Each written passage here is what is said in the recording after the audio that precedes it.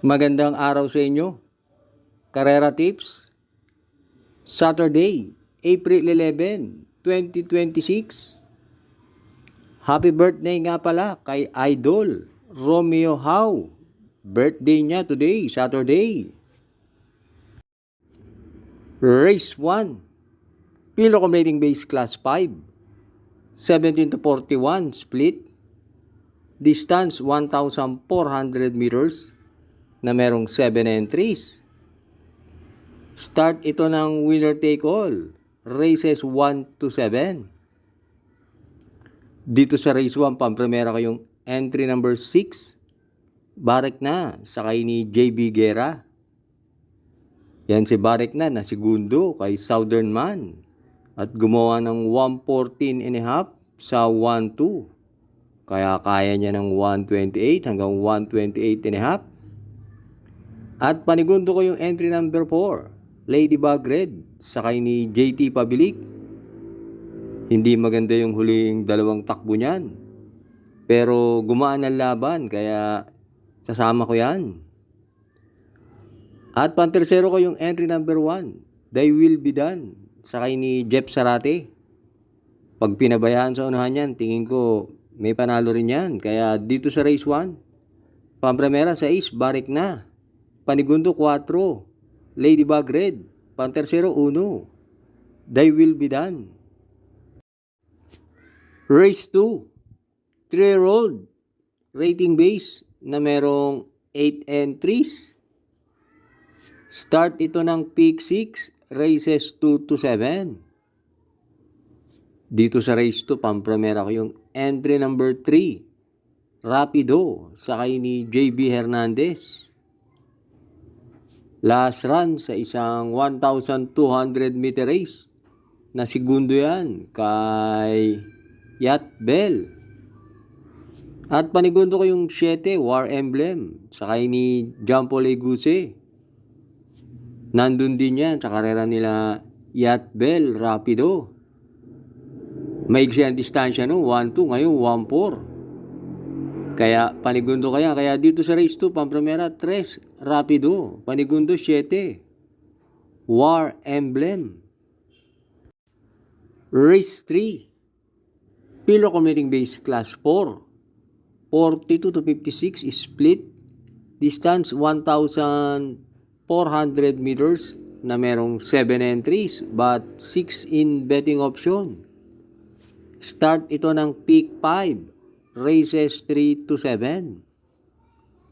Dito sa race 3, solohin ko na yung 2, Super Dancer, sakay ni Pabs Caballero. Angkop sa kanya, ang distansyang 1-4. At last run na segundo yan kay Bantay Sarado. Gumawa ng 127.5. Kaya dito sa race 3, solo 2, Super Dancer. Race 4, Pilo Commuting Base Class 5, 17 to 41 split. Distance 1,400 meters na merong 7 entries. Itong race 4, mahirap na karera to. Bahala na kayong magdagdag. Pampremera ko yung 5, Clairvoyant, sakay ni Pabs Caballero. Na tersero yan dun sa triple photo finish.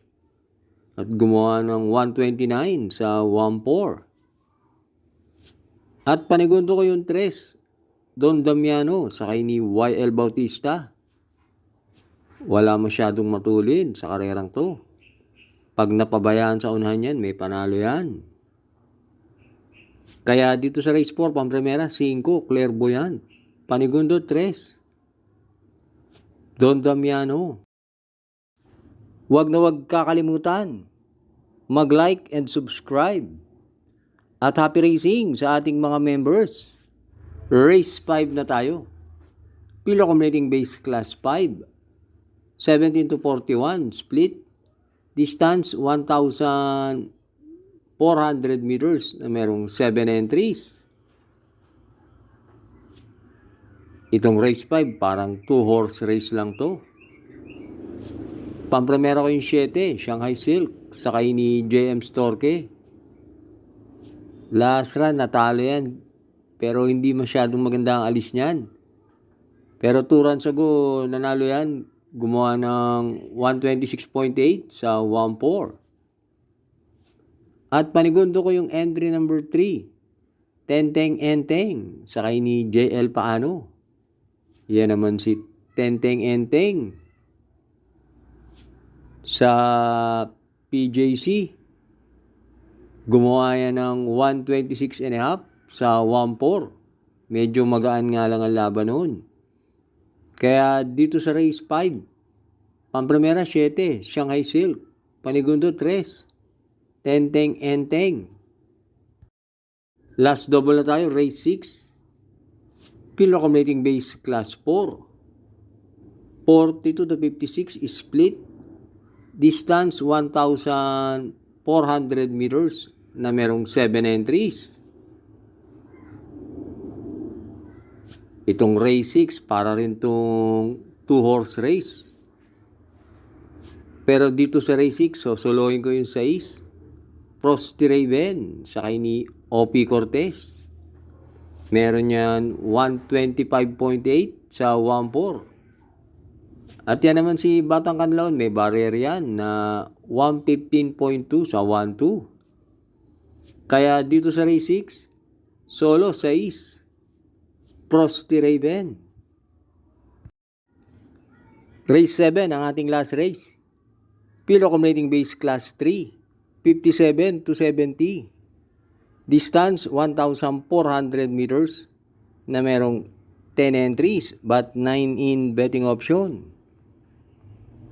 Dito sa race 7, pampremera ko na rin yung couple entry na 3 and 3A. Charge the Castle, sakay ni Pabs Cabalejo. At counter attack, sakay ni Jan Alvin Guse. Yan si counter attack, meron yan 139.5 sa 1 mile. At panigundo ko yung entry number 8, Hey Jojo, sakay ni Jampo Leguse. Baka naman magkampihan yan. Kaya dito sa race 7, pampremera 3A, counter attack, panigundo 8, Hey Jojo.